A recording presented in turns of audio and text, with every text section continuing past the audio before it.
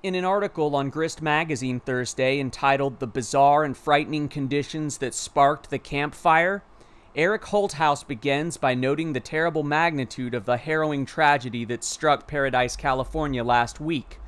He says the Camp Fire, which destroyed the town of Paradise, is now the most destructive to ever hit California and the deadliest wildfire in modern American history.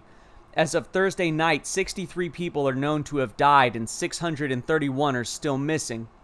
The last fire this deadly was back in 1918 in Minnesota, before professional firefighting or meteorological science.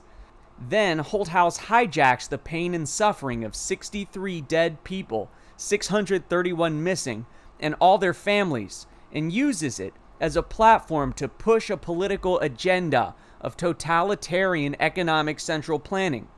Does he have no shame? Calling for radical changes, Holthaus wags his finger at all of us for the tragedy, blaming the fact that we drive cars, use electricity produced by fossil fuels, and buy affordable goods efficiently delivered by planes and trucks. Holthaus says, "Our unnaturally warming climate set the stage for the return of this type of devastating fire. The Camp Fire and the escalating onslaught of weather emergencies like it crystallizes the urgency of the climate challenge. Without radical changes, there will be more fire catastrophes like Paradise." According to local meteorologist Rob Elvington, the Camp Fire began under atmospheric conditions with no analog or comparison in history for the date. Northern California's vegetation dryness was off the charts, exceeding the 99th percentile for any single day as far back as local records go. Worse than no rain is negative rain, wrote Elvington. The air was so dry it was sucking water out of the land. Holthaus states it as an undisputed fact that our unnaturally warming climate set the stage for the return of this type of devastating fire. But even the Journal of the American Meteorological Society says some initial evidence indicates that human-induced climate change is unlikely to have caused the failed rains in California since 2011. The abstract for the paper even says the climate scientists' own measurements and computer simulations indicate industrial-era global radiative forcing has resulted in more rainfall in California, which has been balanced out by higher temperatures drying soil moisture faster.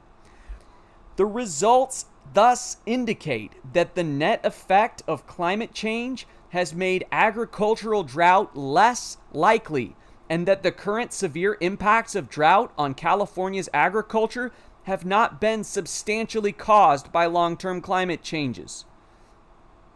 But Grist Magazine isn't going to let facts stand in the way of the bold, radical agenda they have in mind. The plans they have to fundamentally alter the form of a society that has produced more material well-being, safety, and security, as well as comfort, cleanliness, and pleasure for more people than any society in history.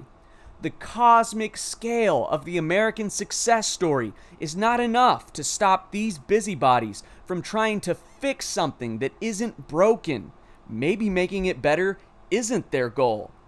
Holthaus concludes, "We know the kinds of bold, radical plans that scientists say are now necessary to steer the world toward a safer future, including remaking the American economy to rapidly reduce emissions immediately. We have the money, the time, and the knowledge to implement them. Future fires are a given, but we can avoid future tragedies at the level of Paradise." How could he possibly guarantee something like that? It's so irresponsible to say, and so inappropriate at this time. The unimaginably horrific deaths of 63 people in a horrible accident. What an occasion to wag your finger at society and say, "Here's what you're all doing wrong. I should be your master." Parasites are they who lower themselves to feed on human sores. Opportunistic scavengers are they who descend like vultures to feast on a brutal catastrophe and the goodwill toward our fellow people that one engenders, not to let, as Rahm Emanuel once said, a serious crisis go to waste.